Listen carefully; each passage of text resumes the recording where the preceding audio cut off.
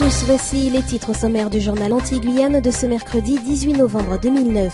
En Martinique, 750 enfants étaient rassemblés sur le front de mer de Fort-de-France à l'occasion du 20e anniversaire de la Convention internationale des droits de l'enfant.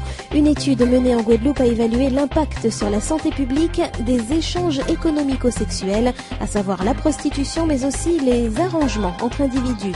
Dans un peu plus d'un an, le pont de l'Oyapock qui reliera le Brésil à la commune de Saint-Georges doit notamment permettre de désenclaver cette partie de la Guyane.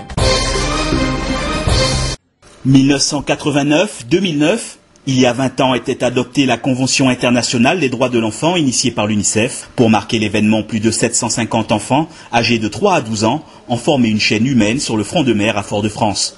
Entre ateliers, expositions, poèmes et chants, les petits Martiniquais, comme beaucoup d'autres dans le monde, ce mercredi, ont pu participer à cette journée commémorative mise en place par la Caisse des écoles et la ville capitale, l'occasion de les sensibiliser sur leurs droits mais aussi leurs devoirs de façon ludique.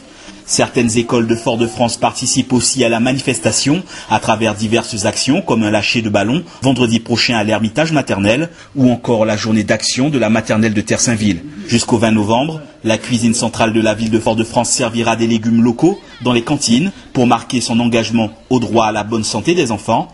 La Convention internationale des droits de l'enfant s'articule autour de 54 articles qui garantissent leurs droits civils, politiques, économiques, sociaux et culturels.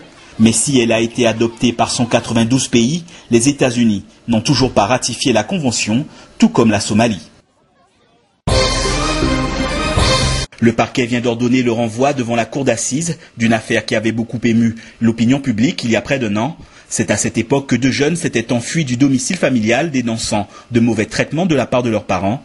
Les deux garçons déploraient de surcroît le décès de leur plus jeune frère de 8 ans, quelques années auparavant, dans le silence le plus total. C'est que ces derniers de croyance Rastafari vivaient en autarcie dans la montagne du Carbet et tentaient d'inculquer cette philosophie de vie à leurs enfants, allant même jusqu'à les priver d'école et de nourriture, au dire des deux jeunes fuyards.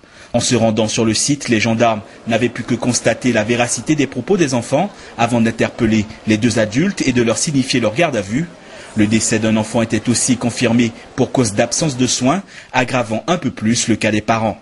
Le parquet qui analysait ce dossier a donc estimé que la gravité des faits reprochés aux parents nécessitait le renvoi de l'affaire devant la cour d'assises.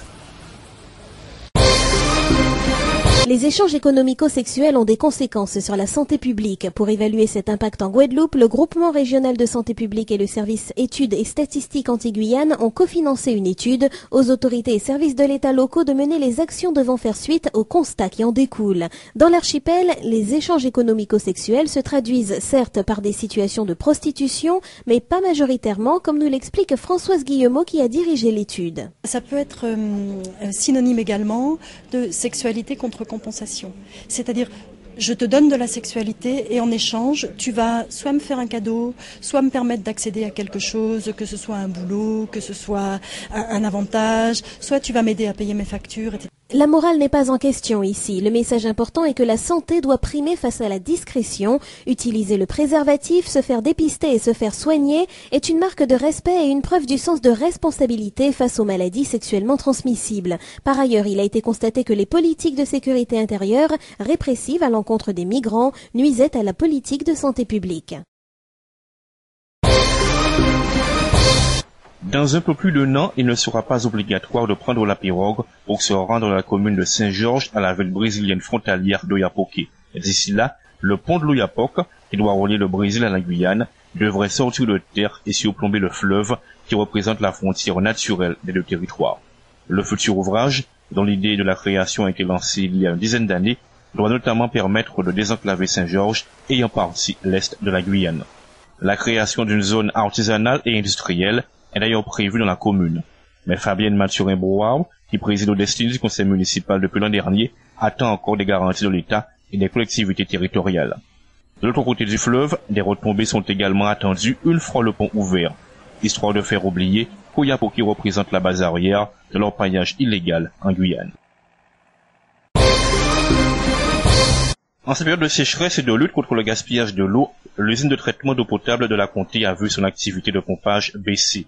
Jusqu'à nouvel ordre, elle ne tourne plus pratiquement à 24 heures sur 24, mais autour de 16 heures par jour. En conséquence, les foyers sont appelés à consommer moins d'eau.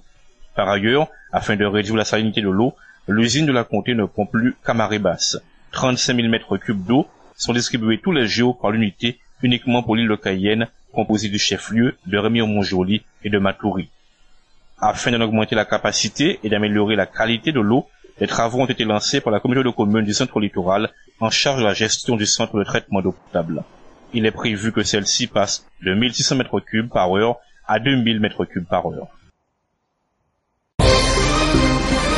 Caroline Renato Rinaldi, fondateur de l'association bouillantaise Évasion Tropicale, organise jusqu'à samedi à la médiathèque du Lamentin la 3e semaine des cétacés. Il y en a pour tous les publics et pour tous les âges. Chacun en saura plus sur la vie et les mœurs des baleines grâce à une exposition de photos, d'impressionnants squelettes récupérés des échouages et de fiches explicatives.